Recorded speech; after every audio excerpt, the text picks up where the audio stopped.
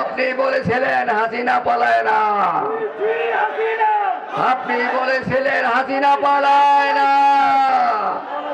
হাজার হাজার আপনার অনুসারীদেরকে কি বলে আপনি বিদায় নিলেন? কোথায় রেখে বিদায় নিলেন আপনি? আপনি বলেছিলেন হাসিনা পালায় না, আপনি বলেছিলেন হাসিনা পালায় না। কিন্তু আমরা দেখি বাংলাদেশে অনেক সরকারের পরিবর্তন হয়েছে।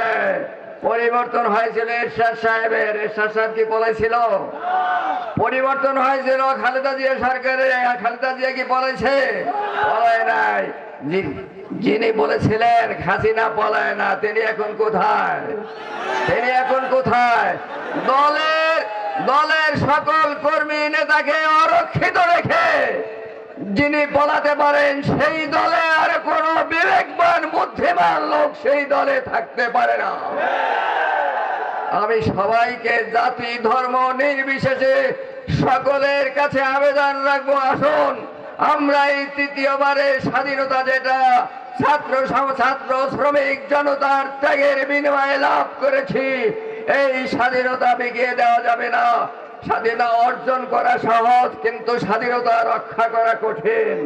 এই স্বাধীনতা রক্ষা করার জন্য আমি জাতীয় নেতৃবৃন্দের কাছে অনুরোধ করতে চাই, যে কোনো ত্যাগের বিনিময়ে যে ঐক্য এখন প্রতিষ্ঠিত হয়েছে, এই ঐক্য ধরে রাখতে হবে। দলীয় স্লোগান বাদ দিতে হবে। ঐক্য, শুধু ঐক্য চাই, ঐক্য চাই। বাংলাদেশকে আমরা টিকিয়ে রাখতে চাই। জাতি ধর্ম নির্বিশেষে সকলের বাংলাদেশ, ধর্ম যার যার, বাংলাদেশ সবার, এই নীতিতে আমরা বিশ্বাস করি। আসুন আমরা বাংলাদেশে যে গণজোয়ার সৃষ্টি হয়েছে ইসলামের নামে, গণতন্ত্রের নামে, এই জোয়ারকে ধরে রাখতে হবে। এইটা নস্যাৎ করার জন্য অনেক ষড়যন্ত্র সারা দুনিয়া ব্যাপী। এই ষড়যন্ত্র করছে আমেরিকা, এই ষড়যন্ত্র করছে ভারত, এই ষড়যন্ত্র এই দেশেও আছে। এই ইসলামী ঐক্যের মধ্যে ফাটল ধরাবার জন্য ইতিমধ্যেই কোটি কোটি টাকা বরাদ্দ করা হয়েছে। এই টাকার লোভে যারা পড়বে, তাদের ব্যাপারে আমাদের সাবধান থাকতে হবে।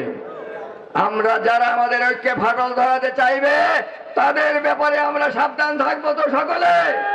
আমি নেতৃবৃন্দের কাছে বলতে চাই, শরীয়তপুরের নেতৃবৃন্দ যারা আছেন, কোথায় কি হচ্ছে ওইটা আমি বিশ্বাস করি না, ওটা আমার দরকার নাই।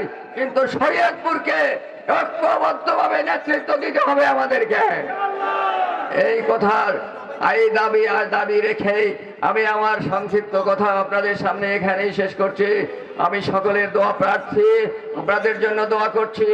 আজকের এই সমাবেশের সফলতা কামনা করে আমি আমার কথা শেষ করছি।